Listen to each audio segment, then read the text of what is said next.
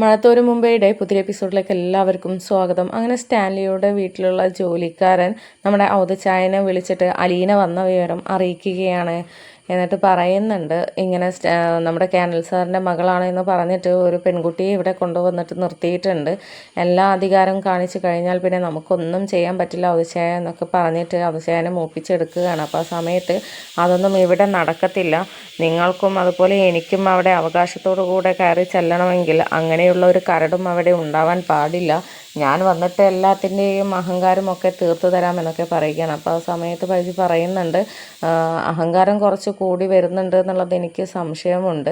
ആദ്യം പാവം പോലെ നിന്നിട്ട് ഇപ്പോൾ ഒരു ദിവസം പോലും ആയിട്ടില്ല, വലിയ കൊട്ടാരത്തിലെ തമ്പുരാട്ടി എന്നുള്ള രീതിയിലാണ് നിൽക്കുന്നത് എന്നൊക്കെ പറയുകയാണ്. അപ്പോൾ അത് കേട്ടപ്പോൾ ആ ഉദച്ചായന് അങ്ങ് ദേഷ്യം വരികയാണ്. അഹങ്കാരിയായ പെൺകുട്ടിയാണോ അവൻ്റെ മകളെന്ന് പറഞ്ഞിട്ട് കൊണ്ടുവന്നിരിക്കുന്നത് എന്നൊക്കെ ചിന്തിക്കുകയാണ്.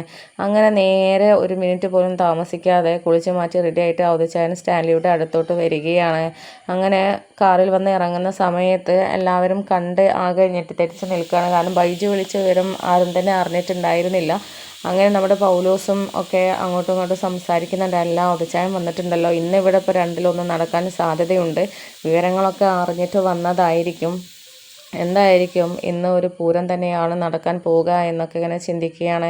അങ്ങനെ പിന്നീട് ഔദച്ചായൻ അകത്തോട്ട് വരികയാണ്. അകത്തോട്ട് വരുന്ന സമയത്താണ് ഒരു പെൺകുട്ടി അപ്പുറത്തേക്ക് തിരിഞ്ഞു നിന്നിട്ട് പുസ്തകം വായിക്കുന്നതായിട്ട് കാണുന്നത്. അങ്ങനെ നീ ആരാ കൊച്ചേ, നീ ഏതാ കൊച്ചേ, നീ എന്തിനാണ് ഇവിടെ കൊട്ടാരത്തിൽ വലിഞ്ഞു കയറിയിരിക്കുന്നത്, നീ എന്തൊക്കെയോ ദുരുദ്ദേശം വെച്ചിട്ടാണല്ലോ എൻ്റെ മകൻ്റെ മകളാണെന്ന് പറഞ്ഞ് വലിഞ്ഞു കയറിയിട്ടുള്ളത് അല്ലേ, എന്താ നിൻ്റെ ഉദ്ദേശം, ഇപ്പോൾ ഇറങ്ങിക്കോണം, അങ്ങനെയുള്ള ദുരുദ്ദേശങ്ങളൊന്നും ഇവിടെ നടക്കത്തില്ല എന്നൊക്കെ പറയുന്ന സമയത്ത് അലീന പെട്ടെന്ന് അങ്ങ് തിരിഞ്ഞു നോക്കുകയാണ്.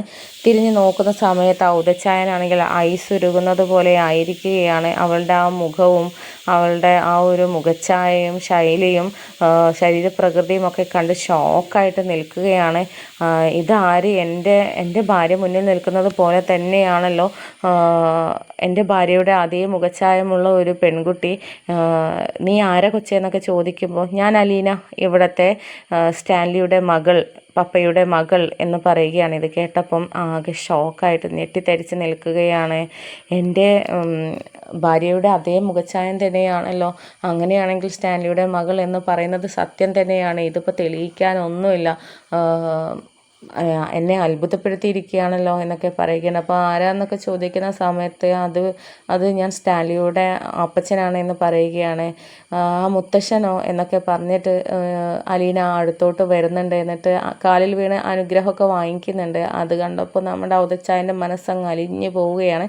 അലീനയെ വലിച്ചു കീറണം എന്ന് ആഗ്രഹിച്ച് വന്ന ഔദച്ചായൻ്റെ മനസ്സ് കീഴടക്കിയിരിക്കുകയാണ് അലീനയുടെ ആ ഒരു ഒതുക്കവും സ്നേഹവും ഒക്കെ കണ്ടിട്ട് ഇതുപോലുള്ളൊരു പെൺകുട്ടികൾ ഇപ്പോഴത്തെ കാലത്തും ഉണ്ടോ എന്ന് ചിന്തിക്കുകയാണ്. എന്നിട്ട് ആ ബൈജു എന്ന് പറയുന്നവൻ എന്തൊക്കെ എന്നോട് വിളിച്ച് പറഞ്ഞത്, അഹങ്കാരം കാണിക്കുന്ന പെൺകുട്ടി അത് ഇത് എന്ന്, ഇതൊരു നല്ല കൊച്ചു തന്നെയാണല്ലോ, ഇതുപോലുള്ളൊരു കൊച്ചിനെയാണ് എൻ്റെ സ്റ്റാൻലിക്ക് ആവശ്യം, എന്നാൽ പിന്നെ അവനെ മാറ്റിയെടുക്കാൻ ഇവളെ ഉപയോഗിച്ച് കഴിയും എന്നുള്ള രീതിയിലൊക്കെയാണ് നമ്മുടെ ഔദച്ചായൻ ചിന്തിക്കുന്നത്.